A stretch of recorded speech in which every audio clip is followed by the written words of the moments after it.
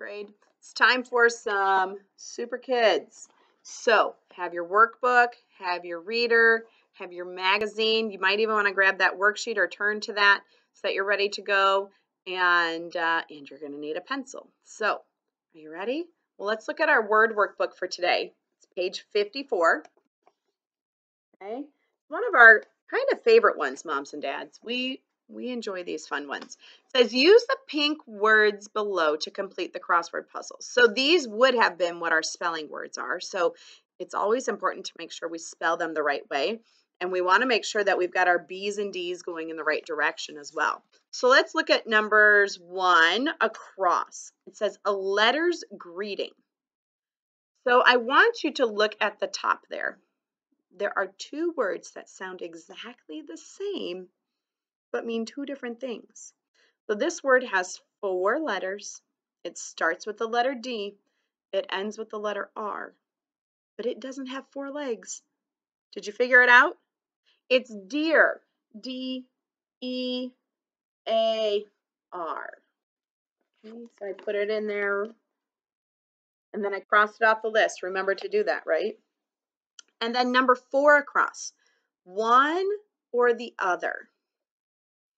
So looking at 4 across, they gave us the letter E. If you look at the list, we only have one word that starts with the letter E. So that would be the word either. Now, this one's a little silly because some people pronounce this word either, and some people pronounce this word either.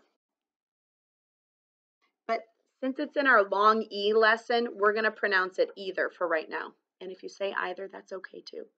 All right, so the rest of this is on your own. I think you've got that, okay? If you want to pause the video and finish it up, you're more than welcome to, okay? But I'm going to go ahead and read the story. So remember yesterday, Tick and Tack and Tock kind of got into an argument, okay? Well, today's story is on pages 100 and 101. It's called Buzz Off, okay? This is what you're looking for. All righty, here we go. Tick, Tack, and Tock were looking at a horse book when Alf said, Tick, come look at this website about bees. Tick jumped up. Does it show bees dancing? She said. Do bees dance? Said Tock, giggling. She and Tack waved their arms and twirled, pretending they were dancing bees. Quit it, said Tick, annoyed. Bees don't exactly dance, Alf explained. They move to tell each other where to find pollen for honey. I read a book about a bear who ate so much honey that he got stuck in a doorway, said Tack.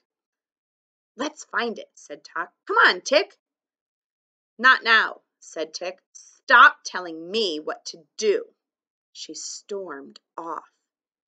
Oh, sorry, Tack called after her in a snippy way.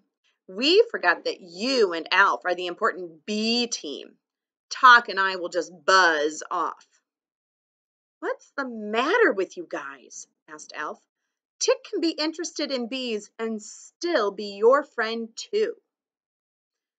Wow, I don't know that I've ever seen Tick, Tack, and Tock get so upset with one another.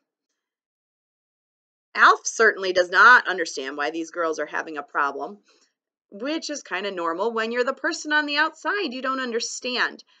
And Tick's feelings seem very much hurt here. But so do Tack and Tock's. I think the 3 girls are really having a hard time figuring out how to still be friends, but not do everything together. And that can be hard. I think it's hard for us to understand that sometimes our friends want to go and do different things and learn different things, but they're still our friends, even if we don't do everything together. That can be really, really hard for our friends and for us. Boy, I sure hope these super kids get it figured out tomorrow. Otherwise, we have to wait until another week goes by before we figure it out. All right, so that's our story for today. The last thing you have in Super Kids is your magazine. And in your magazine, you're reading pages 16, 17, 18, and 19. It's all about water around the world, okay? So if you want to pause and read that, you're more than welcome to. And then I have a picture of our worksheet, okay? So let's look at this. It says vocabulary context clues. So that means we're reading the story or the sentence to figure out what word we're talking about here. And you're talking a lot about water in this. It says when a kettle boils water, I'm sorry, I should read the directions. Read each sentence. Answer the questions to help you identify clues to help you understand the underlined word. Then use the clues to figure out the meaning of the word. Okay, you ready? So let's look at the first one. I'm going to kind of talk you through it. Okay, when a kettle boils water, the vapor, that's the underlined word, rises like fog from the spout. Okay, so now let's think here. Clue number 1. It says, what is boiling in the kettle? What do you think is boiling in that kettle? I think I know. It's what I would put in my tea kettle. It's what I put in my kettle at school. It's water. So on that first line, go ahead and write the word water. You see what I did there? All right, let's look at clue 2. What does vapor look like? Well, if you look in the picture, you can kind of see it's going to look like a gas or air. Okay, so let's go ahead and write gas, because that's really what it ends up being. Okay. Okay, clue 3. What does the picture show? It shows what? What do you think? Well, it shows a kettle, and there's gas coming out of it. I bet there's water in the kettle, right? You think it shows a kettle? Let's write kettle on the line there.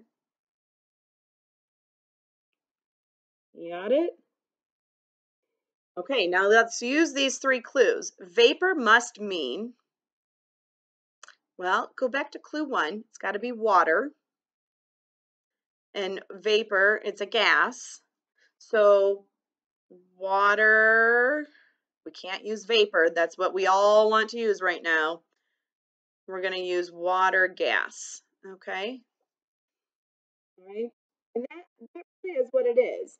A vapor or water vapor is gas that is filled with water, little droplets of water that are all throughout the air. So that's what that is. So go ahead, you're going to do the next 2. The next one is humid. That's what the air is like outside, probably a lot today. And parched. It's not a word we use very often, but if you look at that first sentence, you'll probably be able to figure it out pretty easily. Okay? Well, I'll be back on later to read you chapter 2 of The Indian in the Cupboard. Have a good night. Have a good day whenever you're listening to the video and going through stuff. I hope you guys are doing well. All right, we'll see you later. Bye, guys.